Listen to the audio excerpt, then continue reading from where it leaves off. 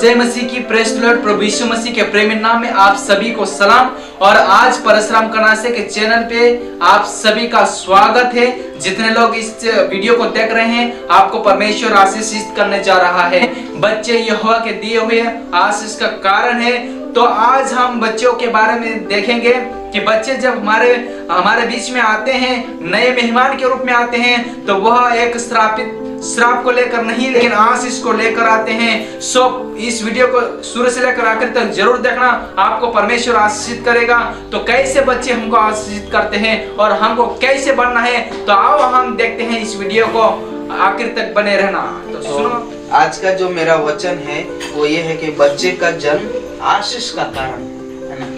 बच्चे का जन्म आशीष का कारण। जिस परिवार में बच्चे का जन्म होता है वहाँ आशीष परमेश्वर की होती है और साथ में खुशी भी है ना। पहला जो पॉइंट है कि बच्चे परमेश्वर की ओर से प्रतिफल है। बच्चे परमेश्वर की ओर से प्रतिफल है। हम वचन पढ़ेंगे भजन संहिता 127 उसका 3 भजन संहिता उसका 127 और तीसरी कलम। यहाँ ऐसा लिखा गया है, देखो बच्चे यहोवा के दिए हुए भाग हैं, गर्भ का फल उसकी ओर से प्रतिफल है। बच्चे जो है चाहे कोई भी धर्म में हो, ऐसा नहीं कि सिर्फ ख्रिस्ती धर्म में, हिंदू धर्म में, मुस्लिम में, कोई भी धर्म में परमेश्वर जब बच्चा देता है और उसके साथ वो आशीष भी देता है। माँ बाप आशीष करता है।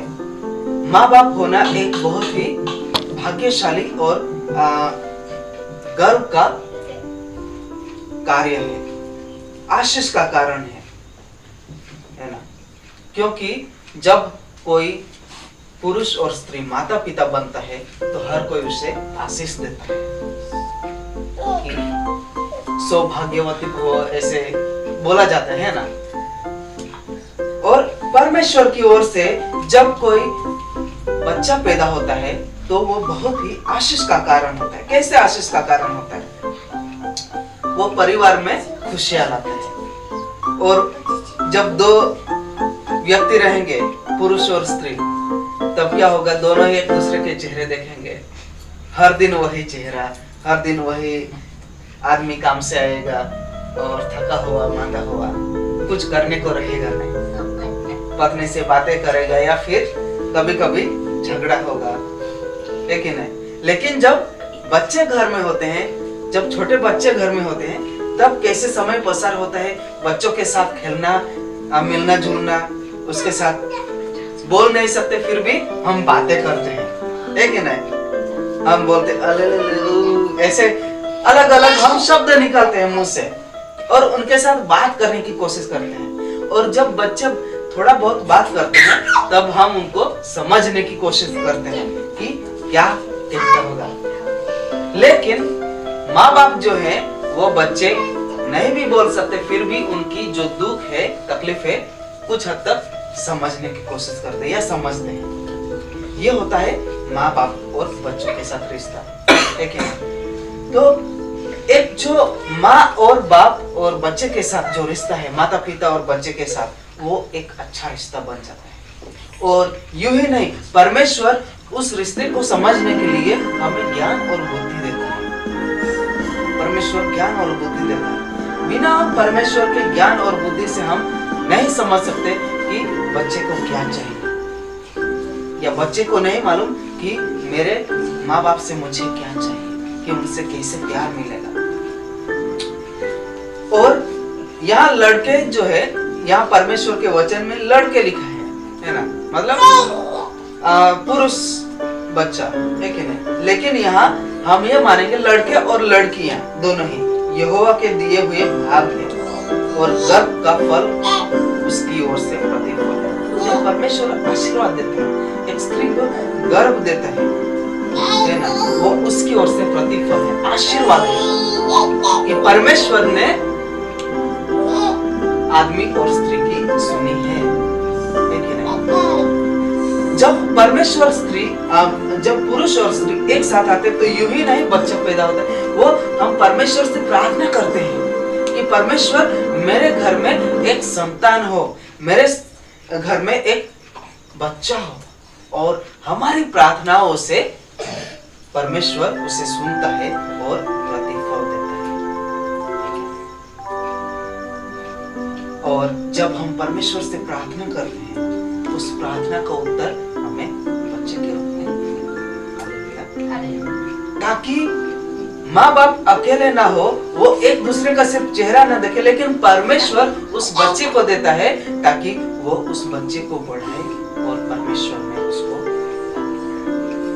परमेश्वर के वचन में उसको आगे बढ़ाए, ताकि वह भी बड़ा होके परमेश्वर का नाम बढ़ाए कर सके, महिमा कर सके। इसलिए यहाँ दाऊद कहता है कि देखो लड़के यहोवा के दिए हुए भाग है और गर्भ का फल उसकी ओर से। बच्चे परमेश्वर की ओर से दिए हुए एक भाग है ना। और बच्चों का मन कैसा होता है? पवित्र होता है, नम्र होता है, और हम उस बच्चों में परमेश्वर की झलक देख सकते हैं कि क्या ही परमेश्वर की रचना होगी जो बच्चे ऐसे पवित्र मन वाले, सच्चे मन वाले देते हैं। और हर कोई बच्चों को आवकारना चाहता है, उसको पास बुलाना चाहता है, उसको खिलाना चाहता है। यहाँ तक कि हम देखते हैं यीशु मसीह ने भी छोटे बच्चों को क्या किया? अपनी गोद में उठा लिया, उनको खिलाया और उनके पास जो आने से रोक रहे थे उनको रोका कि बच्चों को मेरे पास आने। बच्चों को परमेश्वर भालते हैं, इसीलिए परमेश्वर ने ये कहा है लड़के बच्चे जो है यहोवा के दिए हुए भाग, आशीष परमेश्वर की ओर से। दूसरा जो पॉइंट है मेरा, दूसरा जो वचन है कि बच्चों को अच्छी शिक्षा दे, है ना। नीति वचन 22 का 6 पढ़ेंगे। बच्चों को अच्छी शिक्षा दे, नीति वचन 22 का 6। लड़के को उसी मार्ग की शिक्षा दे जिसमें उसको चलना चाहिए और वह बुढ़ापे में भी उससे न हटेगा। हालेलुया। बच्चों को, यहाँ हम शब्द उपयोग करेंगे बच्चों को। क्यों बच्चों को? कि यहाँ लड़का लिखा है ना, लड़की नहीं लिखा है, लड़का लिखा है। तो हम बच्चों को ऐसा शब्द उपयोग करेंगे। क्यों? उससे लड़का और लड़की दोनों आ जाते हैं, है ना, कॉमन शब्द है। बच्चों को अच्छी शिक्षा दे, नीति वचन 22 और 6 में कहता है कि बच्चों को उसी मार्ग की शिक्षा दे जिसमें उसको चलना चाहिए। क्यों? जो सोलोमन राजा है ना, सोलोमन राजा जो है वो क्यों लोगों को ऐसा बोलता है कि बच्चों को अच्छी शिक्षा दे, है ना, कि उसको उसी मार्ग की शिक्षा दे जिसमें उसको चलना चाहिए। हम सब जानते हैं, या सिर्फ आप जानते हैं कि नहीं, कि सोलोमन राजा एक बुद्धिशाली राजा था। सबसे इस पृथ्वी पर सबसे ज्यादा बुद्धिशाली इंसान था।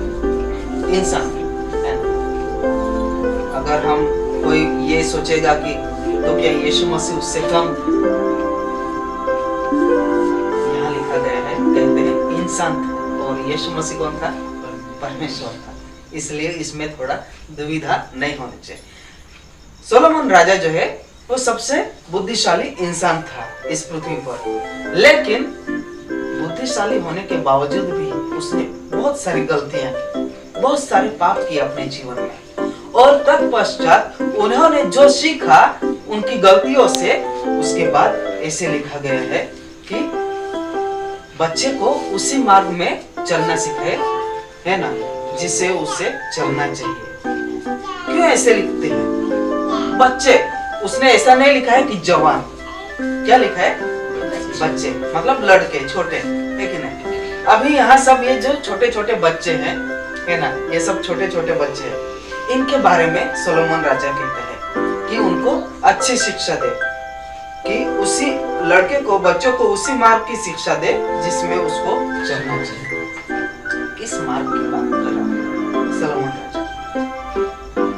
किस मार्ग की बात कर रहा है सोलोमन राजा? कि यहीं कहीं भटकने के लिए, ऐसे दोस्त जैसे कोई भी लफंगे दोस्त हो उनके साथ चलने के लिए नहीं। जब छोटे बच्चे होते हैं तभी उसको शिक्षा देना चाहिए, है कि नहीं? और नीति वचन में यह भी लिखा गया है, जब पौधा मतलब छोटा होता है कि नहीं, जब पौधा छोटा होता है तब हम उनको क्या कर सकते हैं, किधर भी मोड़ सकते हैं, लेकिन जब पेड़ बन जाएगा तो नहीं मोड़ सकते। वैसे ही जब बच्चे छोटे हैं तभी हम उसको अच्छी शिक्षा देना आवश्यक है। लेकिन जब मेरे जैसे, पास्टर के जैसे, परशुराम के जैसे बड़े हो जाएंगे, है ना, विजय के जैसे बड़े हो जाएंगे, तब क्या होगा?